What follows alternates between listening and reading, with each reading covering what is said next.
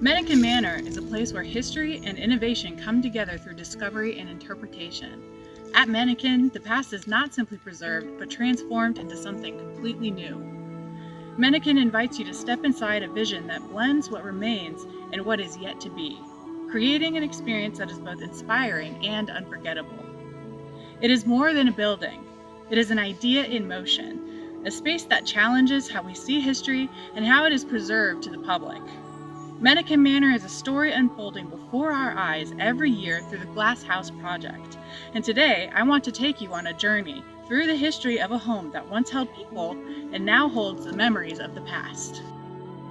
Nestled along the Rappahannock River lies Menokin Manor, the historical residence of Francis Lightfoot Lee, one of the individuals who signed the Declaration of Independence, and his wife Rebecca Taylor. It was built from sandstone and timber in 1769 as a wedding gift from Rebecca's father, Colonel John Taylor II. It was a rare sight to see in Tidewater, Virginia, with its Georgian design that was inspired by Italian architect Andrea Palladio. The home also housed a number of enslaved people, including Daniel S. Gordon, Amanda Beverly, Stafford Gordon, and their children.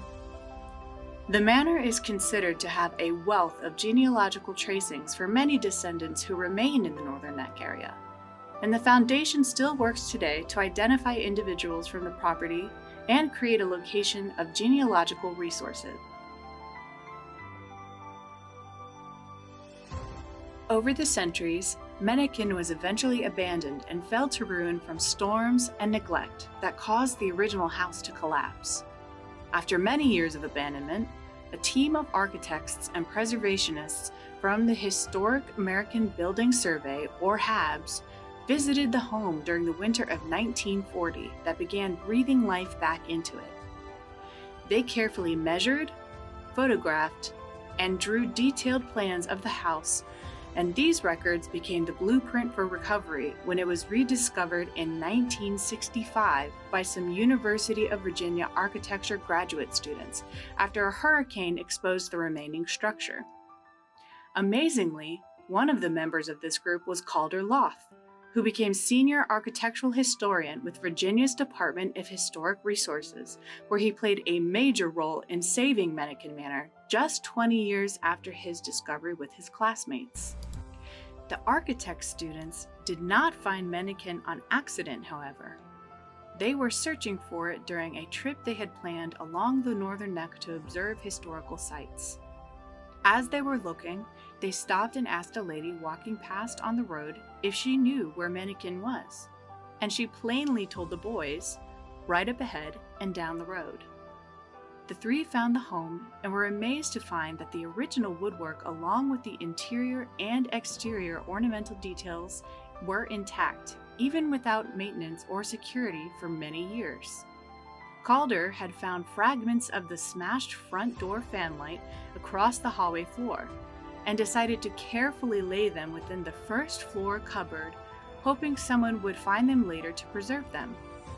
One of the pieces was indeed found years later and allowed the fanlight to be replicated in the front door that is currently on display in the Menokin Visitor Center.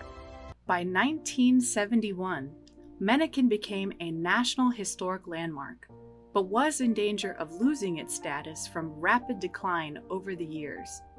Calder and Dora Riccardi, a woman who had inherited the house from the Bedfields, became worried about losing this status, and strangely, in 1967, when Calder had visited the home, the woodwork had gone missing. Calder, Richard Reynolds of Preservation Virginia, and a representative of NHS visited Menokin, where Calder asked about the missing woodwork, and found that it had been stored in Lisles, Virginia, to save them from being vandalized or stolen.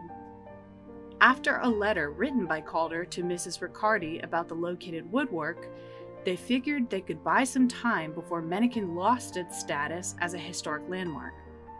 The NHS ultimately agreed, but needed evidence that the pieces were intact, safe, and all cataloged. When the team found the woodwork, it was not protected and stored in a deteriorating home. but a Mr. Omohundro agreed to give Preservation Virginia custody of the woodwork so it could be properly preserved and moved to Bacon's Castle to be inventoried. These pieces are located in the visitor center today, where I actually was able to go and see many of these pieces. Here are a few images of the original woodworks from Menokin Manor.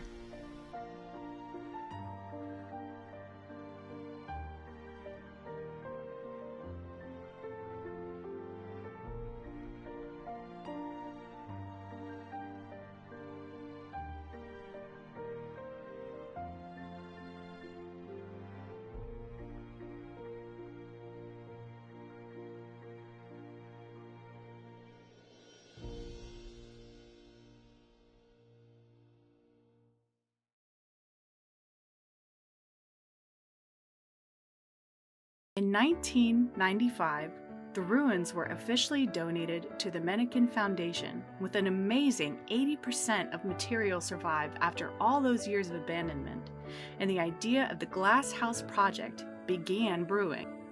The Glass House Project at Menokin is an experiment in preservation and design that isn't focused on recreating the past, but reimagining what history can become and how it is presented. The project takes the fragments from the collapsed structure and integrates them into a transparent framework of glass that allows the building to be experienced in a completely new way that is open, visible, and very much alive. The Glass House Project is designed to be more than architecture. It is a teaching tool, a living laboratory, and a space for reflection. By walking through it, visitors engage with questions about preservation, design, and interpretation. They see how fragments can be honored, how transparency can become, and innovation can transform the way we connect to places. By the year 2000, an overstructure was built to protect the remains of the house.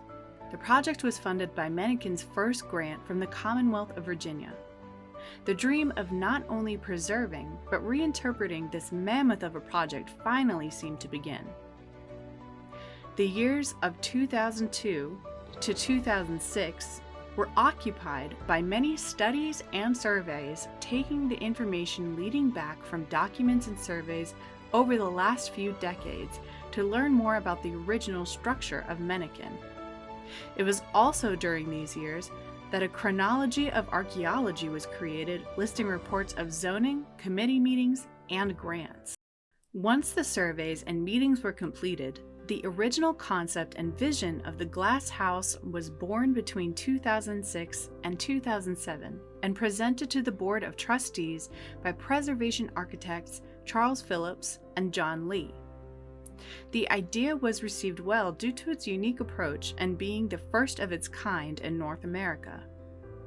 It was also called a Herculean effort, with all members being acutely aware of the length and time it would take to complete the project. After some time, the Advisory Council was created in 2009 to evaluate the concept and details for the project. The Glass House Project had been fully approved and plans officially adopted. Such a dynamic and innovative project surely received proposals and interests from architects all over the world, but the honor was awarded to Mikado Silvetti in 2013, who expressed his gratitude for being chosen for the project. By 2023, the Glass House Project at Menokin had rebuilt windows, stonework, structures, and more.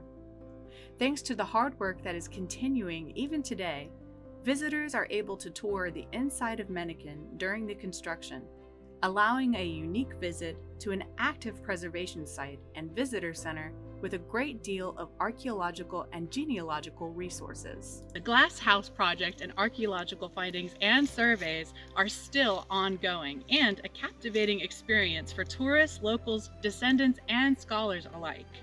Menokin stands as a powerful example in how preservation and public history can evolve in innovative ways to preserve buildings and homes of the past to continue teaching visitors years later. It is also a reminder that ruins and old homes are not just pieces of stone or wood, but endless opportunities to reimagine and redefine how the public engages with heritage and history.